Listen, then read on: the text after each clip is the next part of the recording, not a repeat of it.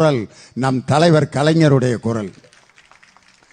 என் உயிரினும் மேலான அன்பு உடன்பிறப்புகளே, தமிழர்களே, நீங்கள் என்னை கடலில் தூக்கி போட்டாலும் கட்டுமரமாகத்தான் மிதப்பேன். அதில் ஏறி நீங்கள் பயணம் செய்யலாம், கவிழ்ந்து விட மாட்டேன்.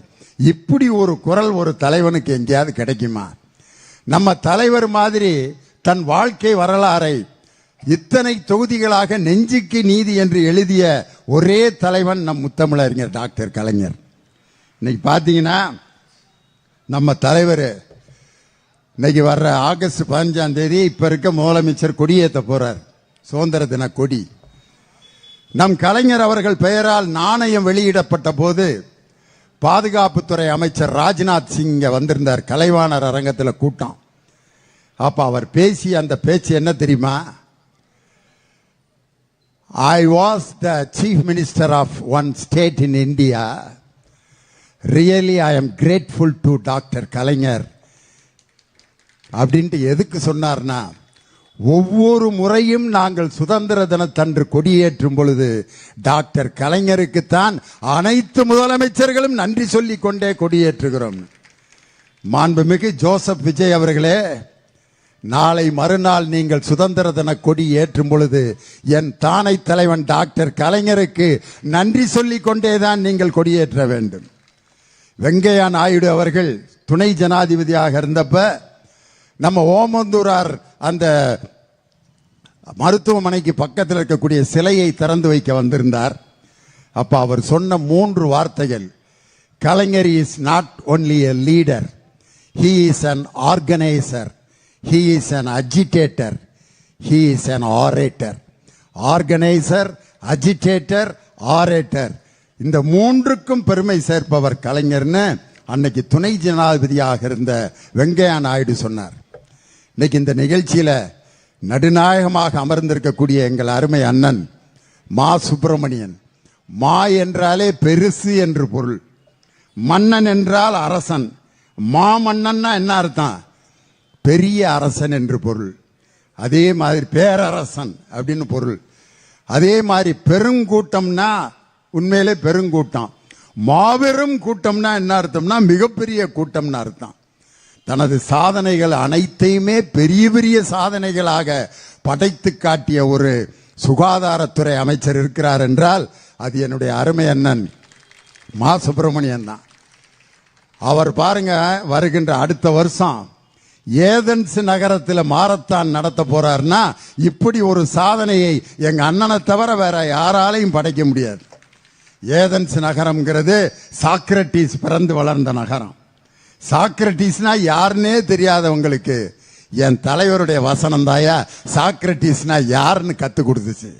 சிவாஜி கணேசன் பேசுவார், ஏதென்ஸ் நகரத்தின் எழில்மிக்க வாலிபர்களை ஓடி வாருங்கள், ஓடி வாருங்கள், வீரம் விலை போகாது விவேகம் துணைக்கு வராவிட்டால், தீட்டிய வாளில் தினவெடுத்த தோள்களிலே தூக்கிய ஈட்டி மட்டும் போதாது வீரர்களே, இதோ நான் தரும் அறிவாயுதத்தை ஏந்திக் கொள்ளுங்கள்.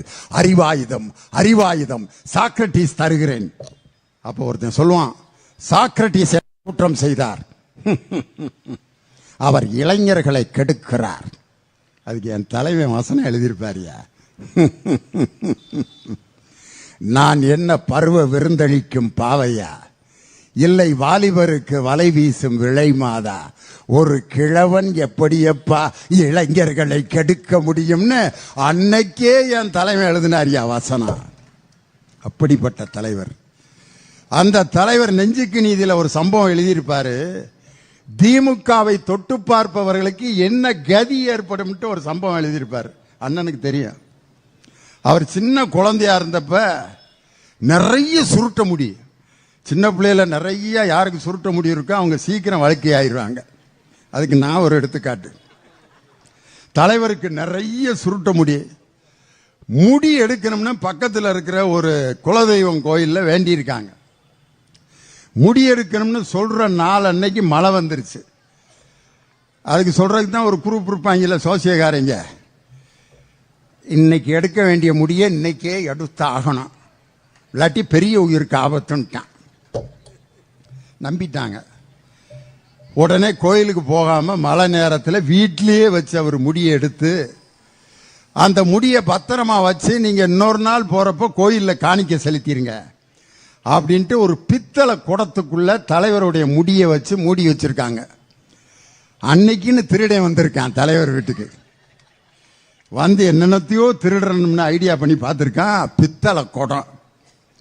அவன் பார்த்தோன்னா ஆஹா பெரிய புதையெல்லாம் இதில் வச்சிருப்பாங்கடா, நாணயம்லாம் வச்சிருப்பாங்கன்னு சொல்லி அந்த குடத்தை எடுத்துக்கிட்டு ராத்திரி ஒரு இடத்துல போய் ஓப்பன் பண்ணி பார்த்துருக்கான். என்ன இருந்திருக்கான்? அன்னை சுத்த தமிழ்ல சொல்லிட்டாரு, எங்கள் திராவிட முன்னேற்ற கழகத்தை தொட்டு திருட வேண்டும் என்று நினைப்பவர்களுக்கு முடிவில் அவர்கள் கையில் கிடைப்பது வெறும் முடி மட்டும்தான். ஏன்னா அதை சொன்னா அதை ட்ரெண்ட் ஆக்கி விட்டுறாங்க. காரணம் என்னன்னா, என் தம்பி உதயநிதி ஸ்டாலின் அவர் வாட்டுக்கு செவனேன்னு இருந்தார். அவரை போய் கைது செய்து ஓலக்கூர் காவல் நிலையத்திலே மதிய உணவு அருந்தி கொண்டிருக்கிறார். அன்னைக்கு நாள் முழுவதும் அவர் தான் ட்ரெண்டிங்ல தலைப்பு செய்தி. என்னடா நம்ம என்னமோ ஒன்று நினைச்சான், வேற மாதிரி ஆயிடுச்சு அப்படின்னு சொல்லி இன்னைக்கு அவர் தஞ்சாவூருக்கு கூட போகாமல் மீண்டும் பல லட்சக்கணக்கான மக்களுக்கு மத்தியில் தான் ஒரு திராவிட தலைவன் என்பதை நிரூபித்து காட்டிய என் அன்பு தம்பி உதயநிதி ஸ்டாலின். இன்னைக்கு பார்த்தீங்கன்னா என் தலைவருடைய பிறந்த நாள் நினைவு நாள் விழா. இன்னைக்கு இந்த நாட்டில் என்ன நடந்துகிட்டு இருக்கு, சட்டமன்றத்தை பத்தி எங்க அண்ணன் பாரதி அண்ணன் சொன்னாங்க. சட்டமன்றத்தில் சட்டமன்றமாயா நடக்குது? 13 ஜோக்கரா இருந்தா எப்படின்னே ரம்மி விளையாடுறது? எங்க உதயநிதி தான் சொன்னார், 13 ஜோக்கரா இருந்தா எப்படிடா ஜெயிக்கிறது? அதை விட நான் ஒரு உதாரணம் சொல்றேன். ஒரு கச்சேரினா பாடகர் இருக்கணும், மிருதங்கம் இருக்கணும், கஞ்சிரா இருக்கணும், கொன்னக்கோள் ஜதி சொல்றவன் இருக்கணும், வயலின் இருக்கணும். இது எல்லாம் சேர்ந்து தான் கச்சேரி. கலியுகவரதன் கண் கண்ட தெய்வமாய் காட்சிகளேப்பது பழனியிலே தங்கர் மிருதங்கம் தீம் தக்கிட்ட ஜுனுதா தாம் தஜுனுதா அப்படின்னு கொன்னக்கோள் ஜதி. கடம் அடிப்பான். வயலின் இப்படி நடந்தா தான் கச்சேரி.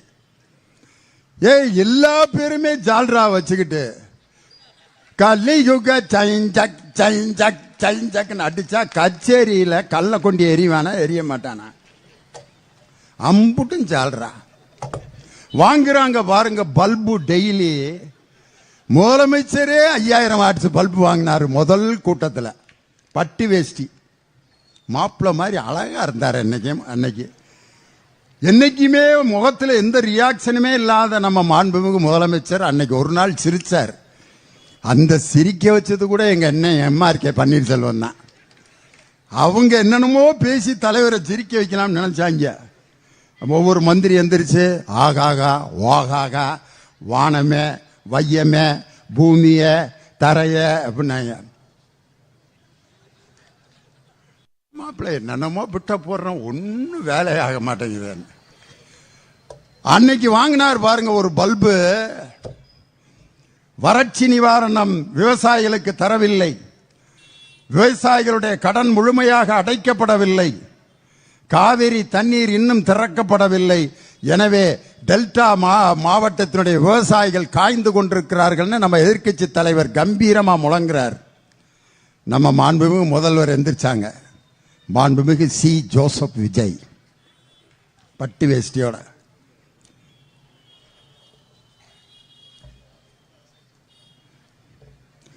வறட்சி நிவாரணம் ஏற்கனவே கொடுக்கப்பட்டு விட்டது. இதெல்லாம் பேப்பர் படித்தவர்களுக்கு நன்றாக தெரியும். உடனே அவங்க நல்ல உள்ள எந்திரிச்சை தளபதி கச்சேரி அப்படின்னு ஆடினாலும் ஆடி இருப்பாங்க. இவ்வளவு ஆரவாரம். தலைவர் பவர்ஃபுல்லான பாயிண்ட் எடுத்து வச்சுட்டாராம் முதலமைச்சர். எந்திரிச்சாரியா கலைஞரின் பேரன் முத்துவேல் கருணாநிதி ஸ்டாலினோட மகன். வறட்சி நிவாரணம் என்று வருடா வருடம் கொடுக்கக்கூடிய தொகுப்பை பற்றி நாங்கள் பேசவில்லை. விவசாயிகளுடைய வறட்சி நிவாரணத்தை தான் நாங்கள் கேட்டோம். தொகுப்பு நிதிக்கும் நிவாரணத்திற்கும் வேறுபாடு இருக்கிறது. இது பேப்பர் படிச்சா தெரியாது. விவசாயிகளை நேரடியா சந்திக்கணும்னு சொன்ன உடனே வாங்கினாரியா 5000 வாட்ஸ் பல்பு டமக்குன்னு அப்ப உட்கார்ந்தவர் தான் இன்னும் எந்திரிக்கல. அவருக்கு பதிலாக கண்ட ஆட்கள்லாம் எந்திரிச்சு பேசிட்டு இருக்காங்க. யாரெல்லாம் பல்பு வாங்கினா தெரியுமா? நம்ம வேளாண்மை துறை அமைச்சர், அவர் பேர் என்ன,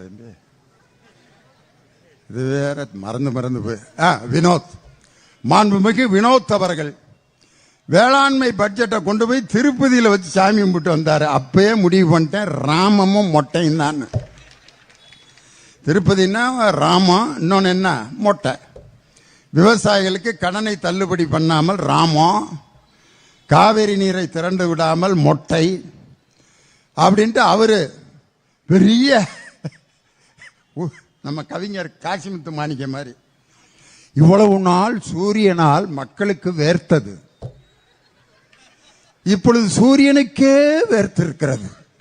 இதுக்கு முதலமைச்சர் சிரிப்பாருன்னு பார்த்தா அவர் இருந்தா, ஏண்டா விளங்காத பிட்டா போட்டுக்கிட்டு இருக்கீங்க அப்படிங்கிற மாதிரி உட்கார்ந்து இருந்தாரு. எங்க அண்ணன் சிங்கம் ஓ பன்னீர்செல்வம் எந்திரிச்சாரியா, 1000 ராக்கெட்டுகள் விட்டாலும் சூரியனை யாரும் நெருங்க முடியாது, அந்த சூரியனை யாரும் தொட முடியாதுன்னு யார் சொன்னா?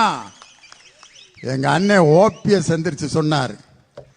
அவரு கொடுத்தாரு பாருங்க ஒரு பல்பு, மாண்புமிகு அண்ணன் செங்கோட்டையனுக்கு. நீங்கள் யாருடைய படத்தை இப்பொழுது பாக்கெட்டில் வைத்திருக்கிறீர்கள்? யாரு? எங்க ஐயா செங்கோட்டையன். பெரிய கண்டுபிடிப்பு. நான் பாருங்க புரட்சி தலைவி அம்மா அவர்களுடைய படத்தை பாக்கெட்டில் வச்சிருக்கேன். அதுக்கும் ஓபிஎஸ் கொடுத்தாரு 2000 வாட்ஸ் பல்பு. நான் எந்த கட்சியில் இருக்கிறேனோ அந்த கட்சிக்கு விசுவாசமாக தலைவருடைய படத்தை வச்சிருக்கேன். உங்களை மாதிரி போட்டோ வச்சு ஏமாத்துறவன் நான் இல்லைன்னாரு. அந்த கட்சியில் இருக்கவங்க விஜய் படத்தை தானே பாக்கெட்டில் வச்சிருக்கணும். இது என்ன மீனுக்கு தலையும் பாம்புக்கு வாழுமா? வாங்கினாரா பல்பு? அதுக்கடுத்து பொதுப்பணித்துறை அமைச்சர், எல்லா அமைச்சருக்கும் அவர் தான் எந்திரிச்சு பதில் சொல்லிக்கிட்டு இருக்காரு. அவர் எந்திரிச்சு நீட் தேர்வை முதலில் பாராளுமன்றத்திலே கொண்டு வந்தது அன்று துணை அமைச்சராக இருந்த காந்தி செல்வன் திமுக. ஒண்ணு எல்லாம் எந்திரிச்சார். நம்ம கொறடா துணை அமைச்சர்லாம் தீர்மானம்லாம் கொண்டு வர முடியாதுங்க. அன்னைக்கு இருந்த குலாம் நபி ஆசாத் அவர் தான் அன்னைக்கு சுகாதாரத்துறை அமைச்சராக இருந்தார். அவர் தான் கொண்டு வந்தார். கொண்டு வந்த நீட் தேர்வை எங்க மாநிலத்துக்கு நாங்க வைக்க மாட்டோம்னு சொல்லி மற்ற மாநிலங்களெல்லாம் நீட் தேர்வை நடத்திய போது அதை மறுத்து நீட் தேர்வை நடத்தாமல் தடுத்த தலைவன் முத்தமிழறிஞர் டாக்டர் கலைஞர்னாரா? வாங்கினாரா ஒரு பல்பு? ஏதாவது நல்ல விஷயம் பேசிட்டு இருக்கப்ப டக்குன்னு டெக் டைவர்ஷன் எடுப்பாங்க. அதுக்குன்னு ஒரு அமைச்சரை வச்சிருக்காங்க. அவர் தான் மின்சாரம் மற்றும் சட்டத்துறை அமைச்சர். வேற என்னமோ பேசிட்டு இருக்கான். அவர் எந்திரிச்சு 4 ஆண்டுகள் எதற்கும் பயப்படாமல் இருந்தவர் எங்களுடைய முதலமைச்சர். உன்னை இப்ப அதை யாராவது கேட்டாங்களா? காவிரி தண்ணியை பத்தி பேசிட்டு இருக்கான். 4 வருஷம் பயப்படாம இருந்தாராம். நான் மட்டும் சட்டமன்றத்தில் இருந்திருந்தேன்னா இந்த பதில் சொல்லியிருப்பேன். உங்கள் முதலமைச்சர் எதற்குமே பயப்படவில்லை என்று நிர்மல்குமார் அவர்கள் தெரிவித்தார். கரூரிலே 41 பேர் இறந்த பிறகு 40 நாட்கள் அறையை விட்டு வெளியே வராமல் இருந்ததற்கு பெயர் வீரமா பயமான்னு கேட்டிருப்பேன். நான் கேட்கணும்னு நினைச்சாங்க. அதான் நம்ம சபாநாயகர் ஒருத்தர் யாரையுமே பேச விட மாட்டேங்கிறாரு. அவருக்கே தங்கம் திணறி பல்பு கொடுத்தாரு. பொய் அப்படிங்கிற வார்த்தையை நிதியமைச்சர் சொன்னோன்னே, பொய் என்ற வார்த்தையை கூறக்கூடாது சட்டமன்றத்தின் விதினாரு. நம்ம முன்னாள் நிதியமைச்சர் தம்பி தங்கம் தென்னரசு எந்திரிச்சு, பொய் என்ற வார்த்தையை சொல்லக்கூடாது என்று விதி கிடையாது, உறுப்பினர் அவர்கள் பொய் சொல்கிறார்கள் என்று சொல்லத்தான் கூடாது என்று விதி. திருக்குறளை காமிச்சார். பொய்மையும் வாய்மையிடத்து புரை தீர்ந்த நன்மை பயக்குமெனின் அப்படின்ற திருக்குறளை நான் சட்டமன்றத்தில் சொல்லும் போது பொய்யின்னு அதுல வார்த்தை வந்திருக்குன்னு சொல்லாம விட முடியுமா அப்படின்னாரு. எஸ் பல்பு ஃபைனல் பல்பு தெரியுமா? 3 மாதங்களில் 15,000 கோடி கஜானாவில் கொண்டு வந்து சேர்த்தோம். யாரு? மாண்புமிகு நிதியமைச்சர் மரிய வில்சன்.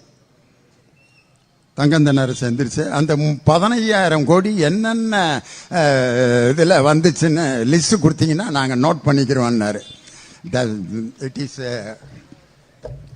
இட் இஸ் இம்பொறுக்கபிள் அண்ட் அன்சகிக்கபிள் ஃபாரஸ்ட். எக்ஸ்பெக்டட் என்ன எக்ஸ்பெக்டட் தெரியல.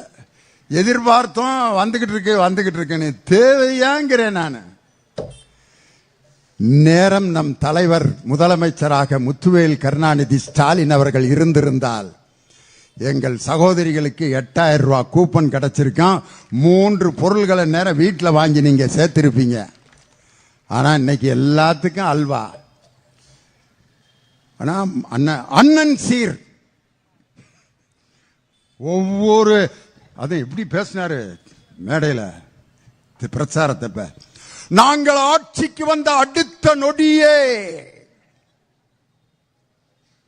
கன்னியாகுமரியிலிருந்து சென்னை வரைக்கும் அனைத்து பெண்களும் பேருந்திலே இலவச பயணம் செய்யலாம். 5 கிலோ அல்வா மாவே இல்லாம கிண்டி நம்ம சகோதரிகள் கொடு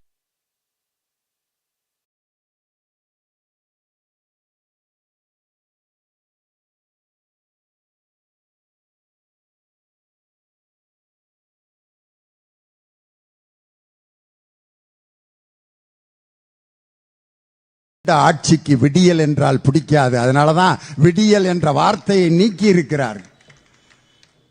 பேரை மாற்றுவது ஏன்? தலைவர் கலைஞருடைய பெயரை எடுத்துவிட்டு கலைஞர் இல்லம் என்ற திட்டத்தை என்னமோ ஒரு இல்லம்னு மாத்தி வச்சிருக்காங்க. என் தலைவருடைய பெயரை நீக்குவதற்கு யாருக்கும் உரிமை இல்லை. இன்னைக்கு காவல்துறை அதிகாரிகள் எவ்வளவோ நின்றுட்டு இருக்காங்க. என் சகோதரியும் காவல்துறை அதிகாரியா அப்படி பேண்ட் ஷர்ட் போட்டு நின்று அப்படி ஒரு சலிட்டு அடிக்கிறாங்க பார். அந்த ஒவ்வொரு காவல்துறை அதிகாரியும் தன் அதிகாரத்தை செலுத்தும் போது அவர்களிடம் வாழ்ந்து கொண்டிருப்பது என் தானை தலைவர் டாக்டர் கலைஞர். நீங்க கன்னியாகுமரியிலிருந்து காஷ்மீர் வரைக்கும் இலவச அப்படின்னு வாக்குறுதி கொடுக்குறீங்களே, அந்த பேருந்தை அரசுடைமை ஆக்கிய தலைவன் என் தானை தலைவர் டாக்டர் கலைஞர். எத்தனை திட்டம் யா சொல்றது என் தலைவரை பத்தி. ஒரே ஒரு சம்பவம் சொல்றேன். என் தலைவர் மீது அன்று முதலமைச்சராக இருந்த எம்ஜிஆர் சர்க்காரியா கமிஷன் என்று அவர் நிறைய ஊழல் செய்தார்னு ஒரு கமிஷனுடைய விசாரணை நடக்குது தலைவர் பேர்ல. அந்த சர்க்காரியா கமிஷன்ல தலைவர் மீது கொடுக்கப்பட்ட ஊழல் பட்டியலெல்லாம் அந்த கமிஷனை விசாரிக்கக்கூடிய ராஜகோபால் அப்படிங்கிற சிபிஐயோட டைரக்டர் ஜெனரல் அவர் தான் வந்து விசாரிக்கிறாரு. எம்ஜிஆர் யாரோ எழுதி கொடுத்த குற்றச்சாட்டுகளை எல்லாம் ஆதாரம் இல்லாமல் கையெழுத்த போட்டு அதை கொண்டு போய் கொடுத்துட்டாரு. அந்த ராஜகோபால்ங்கிற சிபிஐ டைரக்டர் ஜெனரல் கோபாலபுரத்துக்கு விசாரணைக்கு போறாரு. கூட தியாகராஜன் ஒரு இன்ஸ்பெக்டர். தலைவர் உட்கார்ந்துருக்காரு. உள்ள நுழைஞ்சொன்ன நாங்க சிபிஐல இருந்து வந்திருக்கோம். தலைவர் வாங்க வாங்க உட்காரு, காபி குடிக்கிறீங்கள? சிபிஐ காரனுக்கு காப்பி மூட்டை முடிச்சோட இருக்கேன், கைது பண்றதுன்னா கூட்டிட்டு போங்கன்னு இருக்காரு. ஐயா நாங்க சிபிஐல இருந்து வந்திருக்கோம், கைது பண்ண வரலங்க, விசாரணைக்கு வந்திருக்கோம். அந்த தியாகராஜன் ஒரு இன்ஸ்பெக்டர் பக்கத்துல ஒரு பை வச்சிருந்திருக்காரு. அந்த பையவே தலைவர் பார்த்துக்கிட்டே இருந்திருக்காரு. எதுக்குடா விசாரணைக்கு வந்தவன் இத்தண்டி மூட்டையை எதுக்கு பக்கத்தில் வச்சிருக்காருன்னு. எல்லா விசாரணையும் முடிஞ்சோன்ன அந்த பையிலிருந்து ஒரு சத்தம் கேட்டிருக்கு, டொப் அப்படின்னு. என்னடான்னு பார்த்தா டேப் ரெக்கார்டர் உள்ள வச்சிருந்திருக்காங்க. இன்னைக்கு எப்படி சிசிடிவி கேமரா மாதிரி அன்னைக்கெல்லாம் இல்லை. அதனால டேப் ரெக்கார்டரில் தலைவருடைய விசாரணையை பூரா ரெக்கார்ட் பண்ணியிருக்காங்க. தலைவர் ரெக்கார்டெல்லாம் பண்ணியாச்சா அப்படின்னு இருக்காரு. இல்லை அது தெரியாம பண்ணிட்டீங்கல்ல, என் மீது ஏதாவது குற்றம் இருந்தால் சொல்லுங்கள், நான் அதற்கு விளக்கம் தருகிறேன் என்று சொன்னார். இதுவரை அந்த குற்றங்கள் எதுவும் நிரூபிக்கப்படவில்லை. என் தலைவரை பார்த்து அன்னைக்கு எல்லாரும் வணக்கம் சொல்லிட்டு ஒரு திருக்குறளை சொல்றாரு. தன்னை எதிர்த்து சமர் புரிய வந்தவனிடம் நடுக்கத்தை காட்டாமல் எவன் இருக்கிறானோ அவன்தான் தலைவன். அந்த திருக்குறளை எழுதியிருக்காரு யாரு? அன்னைக்கு சிபிஐ டைரக்டர் ஜெனரலா இருந்த ராஜகோபால் தன்னுடைய வாழ்க்கை வரலாறுல இந்த சம்பவத்தை எழுதியிருக்காரு. என் தலைவன் டாக்டர் கலைஞரை பத்தி. அப்படிப்பட்ட ஒரு தலைவர் பெற்றெடுத்த முத்துவேல் கருணாநிதி ஸ்டாலின் இன்னைக்கு ஏதோ ஒரு ஃப்ளூக்ல 1000 முதலமைச்சர்கள் நமக்கு கிடப்பாங்க. முத்துவேல் கருணாநிதி ஸ்டாலின் மாதிரி ஒரு தலைவன் இதுவரைக்கும் வேற எந்த இயக்கத்துக்கும் கிடைக்க மாட்டாங்க. தோல்விக்கு நான் பொறுப்பேற்றுக் கொள்கிறேன் சொன்னார் பாரு. இந்த துணிச்சல் வேற எந்த தலைவனுக்கு வராதியா? கரூரில் 41 பேர் இறந்த பொழுது இந்த என்னை பார்க்க வந்தவர்கள் இறந்து போனார்கள், இந்த இழப்புக்கு நான் பொறுப்பேற்கிறேன் என்று சொல்வதற்கு துணிச்சல் இல்லாமல் ஓடி ஒளிந்த தலைவர்களுக்கு மத்தியில் என் கழகத்தின் தோல்விக்கு நான் பொறுப்பேற்கிறேன் என்று சொன்ன எதையும் தாங்கும் இதயமான இரும்பு மனிதன் முத்துவேல் கருணாநிதி ஸ்டாலின் என்ற தலைவர் மாதிரி ஒரு தலைவர் நமக்கு கிடப்பாங்களா? எல்லாமே டுபாக்கூராயா. ஜனநாயகன் படத்துல பாத்தீங்கன்னா எம்ஜிஆர் அவர் பாட்டுக்கு போட்டோல இருக்கவரை தலை அப்படின்னு அவர்கிட்ட இருந்து சவுக்க வாங்கி, நீயா சொந்தமா கடையில் போய் ஒரு சவுக்கு வாங்கு, எதுக்கு அவர் கையில இருந்த சவுக்க புடுங்குற? எம்ஜிஆர் அன்னைக்கு எங்க வீட்டு பிள்ளையில அந்த பாட்டு எப்படின்னு தெரியுமில்ல, பெஞ்சமின் எனக்கு தெரியாத பாட்டா என்னண்ணே இங்க இருக்கீல. சிலர் ஆசைக்கும் தேவைக்கும் வாழ்வுக்கும் வசதிக்கும் ஊரார் கால் பிடிப்பார், ஒரு மானமில்லை அதில் ஈனமில்லை அவர் எப்போதும் வாள் பிடிப்பார். எதிர்காலம் வரும் என் கடமை வரும் இந்த காக்கைகள் கூட்டத்தை ஒழிப்பேன் அப்படின்னு தான் எழுதியிருந்தது. அன்னைக்கு காங்கிரஸுக்கு இன்னொரு பேரு காக்கான் பேரு. அதனால காக்கைனா அவங்கள குறிச்சிருவாங்கட்டு சென்சார்ல எடுத்துட்டு என்ன வார்த்தை போட்டாங்க தெரியுமா? எதிர்காலம் வரும் என் கடமை வரும் இந்த கூட்டத்தின் ஆட்டத்தை ஒழிப்பேன். பொது நீ எல்லாமே ஓசி தானா? சவுக்கு எம்ஜிஆர்ட்ட வாங்கின ஓசி. கொடியில பாத்தீங்கன்னா 2 யானைக்குட்டி. இது எதுன்னா முத்தூட் பைனான்ஸோட, முத்தூட் பைனான்ஸ் பாத்திருக்கீங்களா? அதுல 2 யானைக்குட்டி தான். அந்த கொடி பாத்தீங்கன்னா ஒரு ஜாதி சங்க கொடியா. அவங்க இப்ப கேஸ் போட்டுக்கிட்டு இருக்காங்க. இது எங்க நாங்க 30 வருஷத்துக்கு முன்னாடியே எங்க ஜாதி சங்கத்துக்கு இந்த கொடியை போட்டான், இவங்க எடுத்துட்டாங்க 3 கலரை போட்டுன்னு. அவர் பேசுற ஒரு வார்த்தை கூட எங்க பட்டுக்கோட்டை கல்யாண சுந்தரத்துக்கிட்ட இருந்து எடுத்தது. நெஞ்சில் குடியிருக்கும் அப்படிங்கிறார்ல பட்டுக்கோட்டை கல்யாண சுந்தரம், இரும்பு திரையில எழுதின பாட்டு. நெஞ்சில் குடியிருக்கும் அன்பருக்கு நான் இருக்கும் நிலைமை என்னவென்று தெரியுமா, பட்டுக்கோட்டை எழுதின பாட்டு. அதுவும் டுபாக்கூர். எங்கள் உதயநிதி ஸ்டாலின் ஏதோ கூட்டத்தில் மக்கள் பேசியதற்கு பதில் சொன்னதற்காக பெண்களை இழிவுபடுத்தி விட்டார் என்று கைது செய்தீர்களே. ஜனநாயகன் படத்துல வில்லனை திட்டுவதற்கு ஒரு வார்த்தையை இன்னைக்கு முதலமைச்சர் பயன்படுத்தி இருக்காரு. அதை விட பெண்களை கேவலப்படுத்துகின்ற ஒரு வார்த்தை உண்டான்னு நான் கேட்கிறேன். இன்னைக்கு நான் சொல்றேன், எம்ஜிஆர் நான் ஆணையிட்டால் பாட்டை மட்டும் பாடினாரு. 5 நிமிஷம் முடிச்சிடுறேன். எம்ஜிஆர் இவருக்குன்னு இன்னும் நிறைய பாட்டு இருக்கு, பாடவா?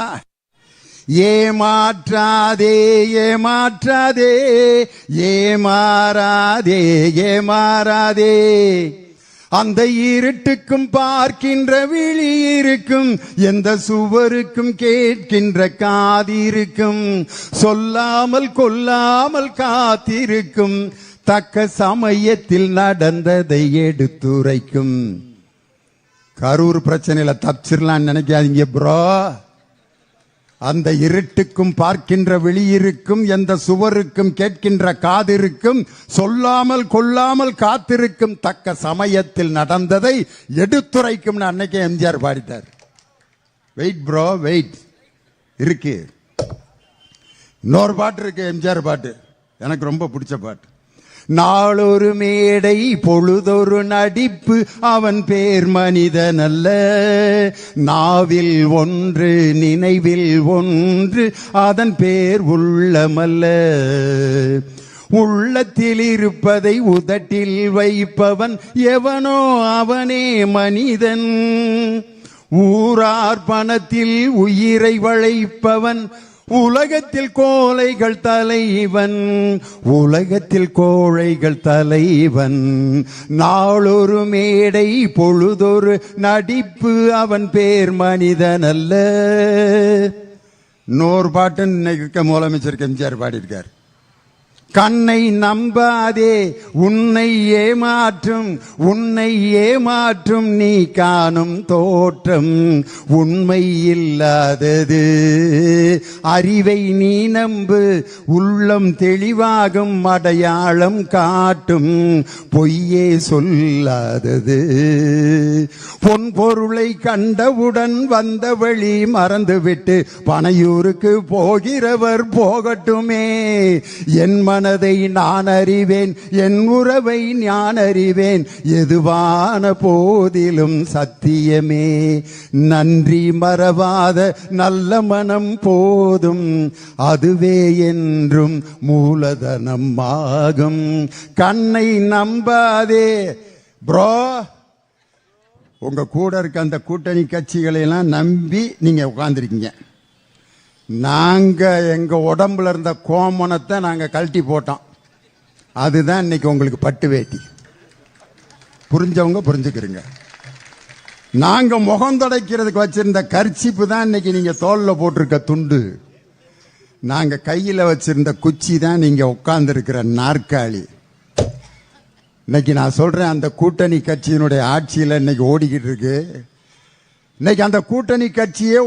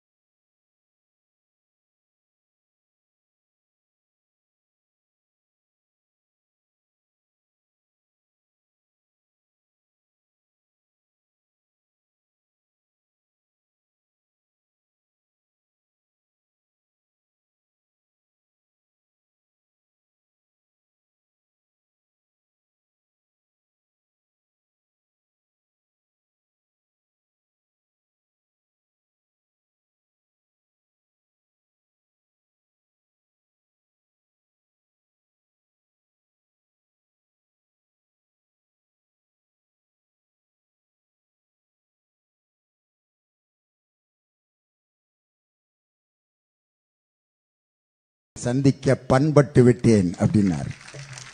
இன்னைக்கு பண்பட்ட ஒரு தலைவர் தாயா என் தலைவன் முத்துவேல் கருணாநிதி ஸ்டாலின்.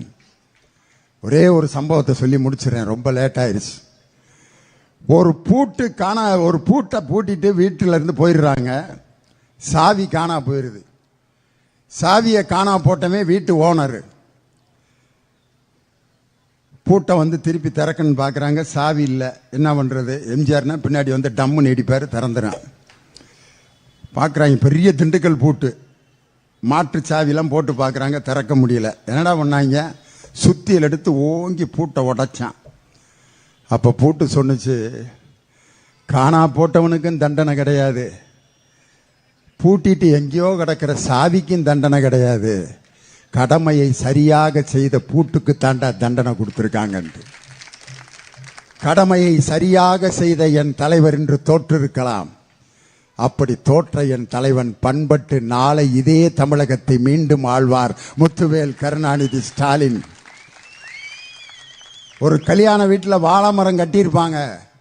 3 நாளைக்கு அந்த வாழை மரம் ஜேன்னு இருக்கான்.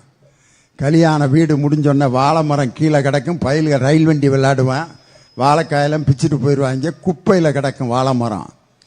ஆனால் ஒரு கட்டிடத்தை கட்ட பயன்படுத்துகின்ற சாரத்தை பார்க்கின்ற சவுக்கு மரம், கட்டிடம் கட்டியவுடன் மீண்டும் லாரியில் அதை ஏற்றிட்டு போயிட்டே இருப்பாங்க. இன்னொரு கட்டிடம் கட்டுவதற்கு அந்த சவுக்கு மரம் மீண்டும் போய் கொண்டிருக்கும். இன்னைக்கு கல்யாண வீட்டில் கட்டப்பட்ட வாழை மரம் போல் இந்த தாவேக ஆட்சி. ஆனால் மக்களுக்கு தொடர்ந்து உழைக்கும் சவுக்கு மரம் போன்ற எங்கள் திராவிட முன்னேற்ற கழகத்தின் அந்த கட்சி தொண்டர்களை எங்கள் கழகத்திடமிருந்து யாரும் பிரிக்க முடியாது. மீண்டும் முத்துவேல் கருணாநிதி ஸ்டாலின் மீண்டும் தமிழகத்தில் முதல்வர் ஆவார். எங்கள் தம்பி உதயநிதி ஸ்டாலின் என்ற படைத்தலைவனின் போருக்கு பின் என்று சொல்லி உங்களிடமிருந்து விடைபெறுகிறேன். நன்றி, வணக்கம். டாக்டர் கலைஞர், டாக்டர் கலைஞர், திராவிட முன்னேற்ற கழகம், தமிழக முதல்வர் தளபதி ஸ்டாலின், எங்கள் நிரந்தர முதல்வர் தளபதி ஸ்டாலின், இளைய தலைவர் உதயநிதி ஸ்டாலின்.